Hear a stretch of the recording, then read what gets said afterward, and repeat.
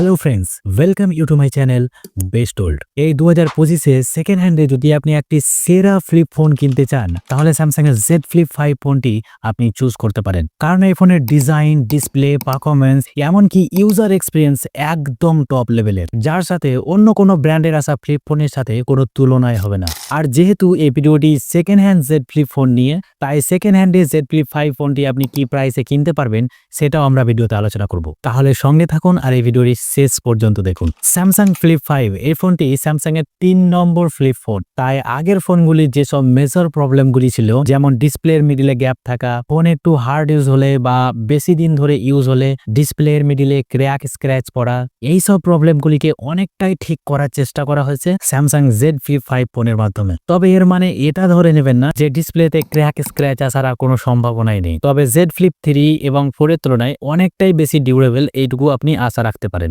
ডিউরেবিলিটির কথা যখন উঠলো তখন জেনে নেওয়া ভালো এই ফোনটিতে সাইডে মেটাল ফ্রেম এবং ব্যাকে গ্লাস ব্যাক প্যানেল ইউজ করা হয়েছে। আর এই ফোনের সেকেন্ডারি ডিসপ্লে মানে এই ছোট্ট ডিসপ্লেটিতে গরিলা গ্লাস ভেক্টর 2 এর প্রোটেকশন রয়েছে, তাই বাই চান্স হাত থেকে পড়ে গেলে বেঁচে যাওয়ার সম্ভাবনা অনেকটাই বেশি রয়েছে। তাছাড়া জেড ফ্লিপ 5 এ IP68 ওয়াটার রেসিস্ট্যান্ট দেওয়া হয়েছে, যার ফলে টুকটাক জলে পড়ে গেলে কোনো সমস্যা আসবে না।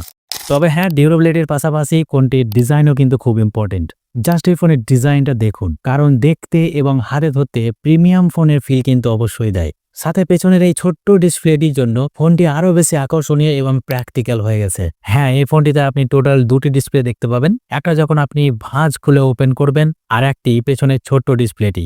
মেন ডিসপ্লেটিতে 6.7 ইঞ্চির 120 হার্জ অ্যামোলেড ডিসপ্লে দেওয়া হয়েছে। তবে হ্যাঁ, মেন ডিসপ্লেটা একটু লক্ষ্য করলে আপনি দেখতে পাবেন যে মিডিলে বেশ ভালোই ক্রিঞ্জ লক্ষ্য করতে পারবেন। তবে ইউজ করতে করতে এটা অভ্যস্ত হয়ে যাবে, খুব বেশি সমস্যা এটার জন্য আপনাকে ফেস করতে হবে না। আর হ্যাঁ, পেছনে 3.4 ইঞ্চের একটি সুপার অ্যামোলেড 60 হার্জের ডিসপ্লে দেওয়া হয়েছে। আর এই যে ছোট্ট সেকেন্ডারি ডিসপ্লেটি আপনি দেখছেন, এই ডিসপ্লেটি কিন্তু আপনি গুড লক ইউজ করে মেন ডিসপ্লের মতো ইউজ করতে পারবেন। হ্যাঁ, ফোন না খুলে আপনি ফোন করা, ইউটিউব ভিডিও দেখা, SMS করা সমস্ত কিছু করতে পারবেন। ডিসপ্লে তো দেখা হলো, এবার এই ফোনের সাউন্ড কোয়ালিটিটা ঠিক কিরকম সেটা একবার চেক করে নেওয়া যাক। এর জন্য আমি একটা ভিডিও চালাচ্ছি, সাউন্ড কোয়ালিটি আপনি দেখে নিন।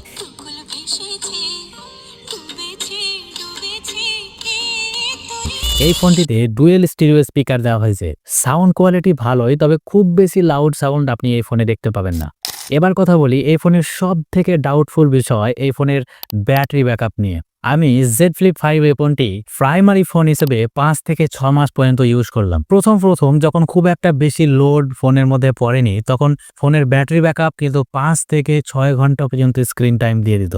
কিন্তু যখন বেশ ভালোভাবে লোড পড়লো তখন এই ফোনটি স্ক্রিন টাইম 4 থেকে 4.5 ঘন্টা পর্যন্ত দিতে পারতো।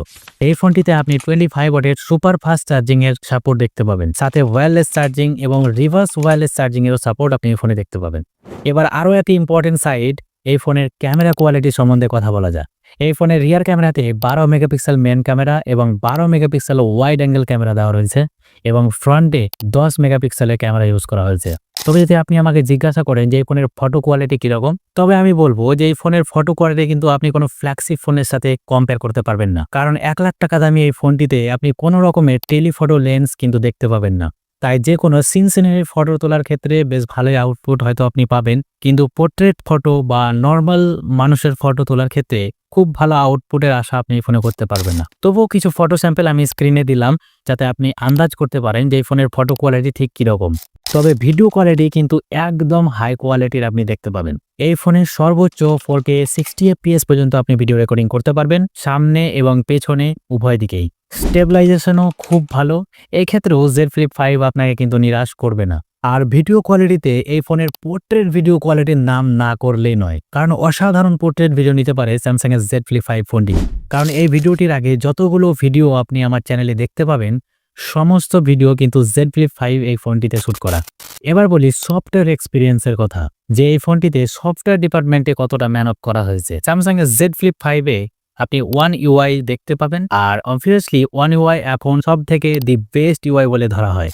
তবে স্যামসাং ফ্লিপ ফোনে আপনাকে একটি ফ্লেক্স মোড দেওয়া হয়, যাতে করে যখন আপনি ফোনটিকে ভাঁজ করবেন ভিডিও দেখার সময় বা কোনো কাজ করার সময়, সেক্ষেত্রে ফোনের ফ্লেক্স মোডটি কিন্তু অন হয়ে যায়। তাছাড়া আপনাকে টাচপ্যাডে মাউসের মতো ইউজ করারও অপশন দেওয়া হয়। হয়তো সেটা খুব কাজের নয়, কিন্তু একটু আলাদা রকম ভাবে ইউজ করার অনুভূতি দেয়।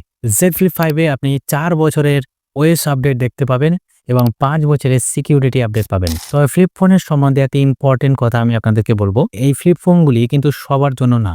যারা শখের কারণে ইউজ করতে চান বা ভিডিও রেকর্ডিং করার জন্য যদি আপনি কিনতে চান বা সেকেন্ডারি ফোন হিসেবে আপনি ইউজ করতে পারেন। তবে আমি এই কথাটি কেন বললাম যে এই ফোনগুলি সবার জন্য না, কারণ ফ্লিপ ফোন কিন্তু হাই মেইনটেনেন্স ফোন। কারণ এই ফোনগুলি সব থেকে বেশি রিস্কি পার্ট হচ্ছে এই ফোনগুলির ডিসপ্লে। আর এই ফোনের ডিসপ্লেগুলি যদি কোনো কারণে খারাপ হয়ে যায় তাহলে ওই ফোনগুলির ডিসপ্লে চেঞ্জ করতে যতটা খরচা পড়বে ওই দামে আপনি সেকেন্ড হ্যান্ডে ফ্রেশ আরও একটি ফোন কিনতে পেরে যাবেন। তাই শুধুমাত্র এই ফোনটি বলে নয়, যে কোনো ফ্লিপ ফোন কেনার সময় কিন্তু আপনি একটু ভেবে চিন্তে কিনবেন। আর আরেকটি কথা, যেহেতু আমি এই ফোনটি একটি প্রাইমারি ফোন হিসেবে ইউজ করেছি, আমি অনেকবার ইরিটেটিং ফিল করেছি বারবার ভাঁজ খোলা এবং বন্ধ করার ক্ষেত্রে। তবে এটাও ঠিক, এই ফোন কিন্তু মানুষের অ্যাটেনশন খুব গ্র্যাব করে। মানুষ বারবার জিজ্ঞেস করে যে এটা কি ফোন, যেমনটা অনেক সময় আইফোনের ক্ষেত্রেও হয়ে থাকে। তবে হ্যাঁ, নেওয়া না নেওয়াটা পুরোপুরি আপনার ব্যক্তিগত ব্যাপার। যতটা পারলাম এই ফোনের ব্যাপারে ভালো মন্দ আমি আলোচনা করার চেষ্টা করলাম। আর হ্যাঁ, এই ফোনটি যদি আপনি সেকেন্ড হ্যান্ডে পারচেস করতে যান তাহলে ইন্ডিয়ান মার্কেটে 35,000 থেকে আপনি 45,000 এর মধ্যে অনায়াসে পেয়ে যাবেন। আর যে প্রাইসটার কথা আমি বললাম সেটা কন্ডিশন, ভ্যারিয়েন্ট এবং এজের উপর ভিত্তি করে কম বা বেশি হতে পারে। তাহলে এই ছিল ফুল রিভিউ। ভিডিওটি ভালো লাগলে একটি লাইক অবশ্যই করে দেবেন। আর এই ধরনের সেকেন্ড হ্যান্ড ফোন রিলেটেড আরও ইম্পর্টেন্ট ভিডিও পেতে আমাদের চ্যানেলটিকে সাবস্ক্রাইব করে রাখবেন। পুরো ভিডিওটি দেখার জন্য আপনাকে অনেক অনেক ধন্যবাদ।